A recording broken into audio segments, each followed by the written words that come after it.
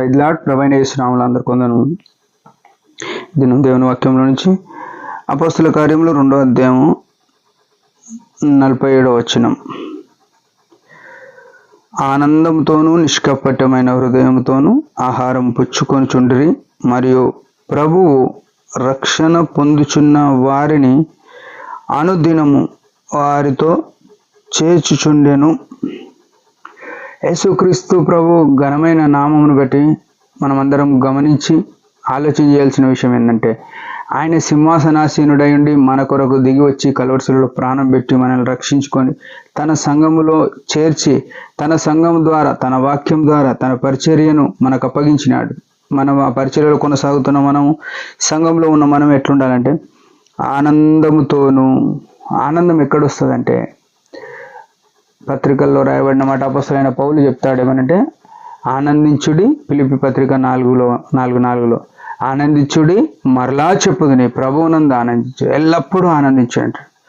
ఎందుకు ఆనందించాలంటే యేసుక్రీస్తు ప్రభువే మనకు దొరికినాడు. సర్వ సృష్టికర్త అయిన దేవుడు ఆయన నీ కొరకు నా కొరకు కల్వరిశిలువలో ప్రాణం పెట్టి రక్తం కార్చి మనల్ని విమోచించినాడు. కాబట్టి ఇంతకన్నా ఆనందం ఏముంటుంది? లోకంలో కొందరు ధనమును బట్టి, కొందరు డబ్బును బట్టి, కొందరు అందాన్ని బట్టి, కొందరు కులాన్ని బట్టి ఆనందిస్తుండొచ్చు. మనం ఎవరి మీద ఆనందిస్తున్నాం? ఒక క్రైస్తవుడుగా, ఒక రక్షింపబడిన వ్యక్తిగా యేసుక్రీస్తు ప్రభువుతో సావాసం ఉండటాన్ని బట్టి మనం ఆనందించేవారమై ఉండాలి. రెండో విషయం ఏం చూపిస్తుందంటే నిష్కపటమైన హృదయము. ఇది చాలా చాలా ప్రాముఖ్యమైన విషయం. చాలా ప్రాముఖ్యమైన విషయం. యేసుక్రీస్తు రక్తం ద్వారా విమోచింపబడిన మనము ఇర్మియా 17:9 ప్రకారం హృదయం అన్నిటికంటే ఘోరమైంది.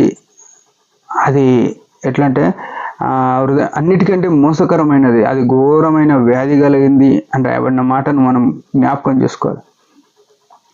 యేసుక్రీస్తులోనికి వచ్చినాక యేసుప్రభు ఏమన్నా అంటే, నీ పాత హృదయమును అంటే పాత ఆలోచనలు, పాత స్థితిని తీసేసి నూతన హృదయమును, నూతన స్వభావమును మీకు ఇచ్చినా అని చెప్పినాడు.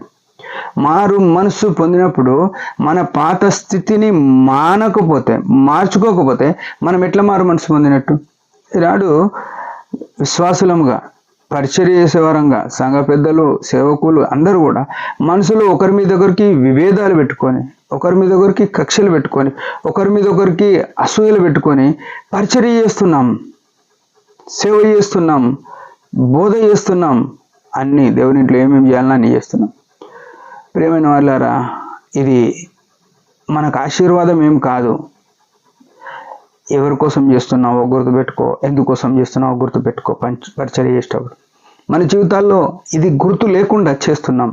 అయితే ఇక్కడ ఏముంది? నిష్కపటమైన హృదయం అంటే మన మనసులో ఎట్లాంటి ద్వేషము, ఎట్లాంటి కపటము, ఎట్లాంటి అసూయలు ఇవి ఉండనే ఉండొద్దు. సాధువుగా, మృదువుగా ఉండాలి అని రాయబడింది. మన జీవితంలో దేవునికి స్థలము అట్లుంటేనే మన హృదయంలో ఆయన ఉంటాడు. నిష్కపటమైన హృదయం ఉండాలి. మూడవదిగా చూస్తే ఏమంటున్నాడు? ఆహారం పుచ్చుకొని చుండురి అంటున్నాడు. అంటే నిష్కపట హృదయం కలిగి ఆహారం పుచ్చుకుంటున్నారు. మనం అట్లుండి ఆహారం అంటే ప్రభు యొక్క శరీరమును, ప్రభు యొక్క రక్తాన్ని తాగడంలో వారు నిష్కపటమైన అంటే ఒకరికొకరికి భేదాలు లేకుండా ఉన్నారని. మూడో విషయం ఏంటంటే, మరియు ప్రభు రక్షణ పొందుతున్న వారిని అనుదినము వారితో ఐక్యపరుస్తున్నాడు, వారితో చేరుస్తున్నాడు. ఇక్కడ గమనించాలి, రక్షణ పొందుచున్న వారిని ప్రభువు వారిని చేరుస్తున్నాడు. వీళ్ళు పోయి స్వార్థ చేస్తున్నారు, బాప్తిసం ఇస్తున్నారు, కానీ వారి మారు మనస్సును ప్రభువు గుర్తింపు చేస్తున్నాడు. వారి రక్షణను ఆమోదిస్తున్నాడు. వారి పశ్చాత్తాపమును ఆమోదించి వారిని తన సంఘంలోనికి చేరుస్తున్నాడు. సంఘానికి వచ్చిన వారిని, దేవుని మందిరంలోనికి ప్రజలు వచ్చినప్పుడు వారిని నేను తీసుకొచ్చిన, వారికి నేను రక్షణ సువార్త, ఇది మనది కాదు పని. ప్రభువు చేరుస్తున్నాడు. దేవుని సంఘంలోనికి వచ్చిన ప్రజలను మనం ఎట్లా, వారి పక్షమున మన వైఖరింది, ఎవరు వచ్చినా వారి పక్షమున మనం ఎట్లా ఆలోచన చేస్తున్నాం, ఇది ప్రాముఖ్యమైన విషయం. వారిని ప్రభు చేర్చినాడు. వారు వెళ్ళిపోయేటట్టు చేయొద్దు. మన బోధ మంచి లేకపోతే వెళ్ళిపోయేటోళ్ళు, మన ప్రవర్తన మంచి లేకపోతే వెళ్ళిపోయేటోళ్ళు, మన గొడవలను బట్టి వెళ్ళిపోయేటోళ్ళు, మన అసూయలను బట్టి, మన క్రియలను బట్టి, సంఘంలో మనం చేసే అతిక్రమ క్రియలను బట్టి వెళ్ళిపోయేటోళ్ళు చాలా జాగ్రత్త. మనం పట్టించుకోకపోతే వెళ్ళిపోతారు. మన వారి గురించి ప్రార్థన చేయకపోతే వెళ్ళిపోతారు. ఇది చాలా ప్రమాదకరమైన విషయం. ప్రేమ వల్ల మనం ఎట్లున్నాం? ప్రభు కోరుకునే రీతిలో లేకపోతే ఈ దినం సరి చేసుకొని ఆయన కోరుకున్నట్టుగా ఒకరికొకరం ఆనందంతో ఉండాలి, నిష్కపటమైన హృదయంతో భోజనం చేసుకునేటట్టు ఉండాలి. మూడోది, ప్రభు సంఘంలో చేర్చిన వారిని పోగొట్టుకోనకుండా ఎవరైనా మానుకుంటే వారి గురించి పట్టింపు కలిగి ఉండాలి. ఇలా ఎవడు పోతపోయిండు, నా జీతం నాకు వస్తుంది, పోతపోయిండు, నా సీట్ నాకు ఉంది ఎల్డర్గా, ఇది అనుకోవద్దు.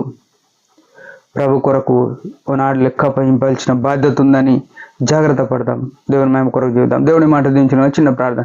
పరమ తండ్రి యేసు ప్రభు నామములో వందనాలు. ఉదయకాలం ఇచ్చిన ఆయుష్ని బట్టి స్తోత్రములు. నీ కాపుదలను బట్టి, నీ సంఘాన్ని బట్టి స్తుతిస్తూ ఆరాధిస్తున్నాం. నీ మేము కొరకు జీవించడం కృపణీయండి. యేసు నామములో ప్రార్థిస్తున్నాం తండ్రి, ఆమెన్. మీరందరూ ఈ పరిచయం గురించి భారంగా ప్రార్థించండి. Praise the lord.